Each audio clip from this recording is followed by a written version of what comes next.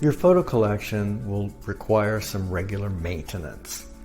Even after you've dealt with the backlog of photos that you hadn't touched for years and gotten them all organized and curated and the collection's ready to move forward to the next generation, because we're continually taking pictures and we're receiving pictures from family and friends, you want to schedule a regular time to do some maintenance where you're, again, looking through the photos and deleting the duplicates and getting rid of the extraneous pictures, adding metadata, making sure that everything's in your hub, and making sure that your backups are working.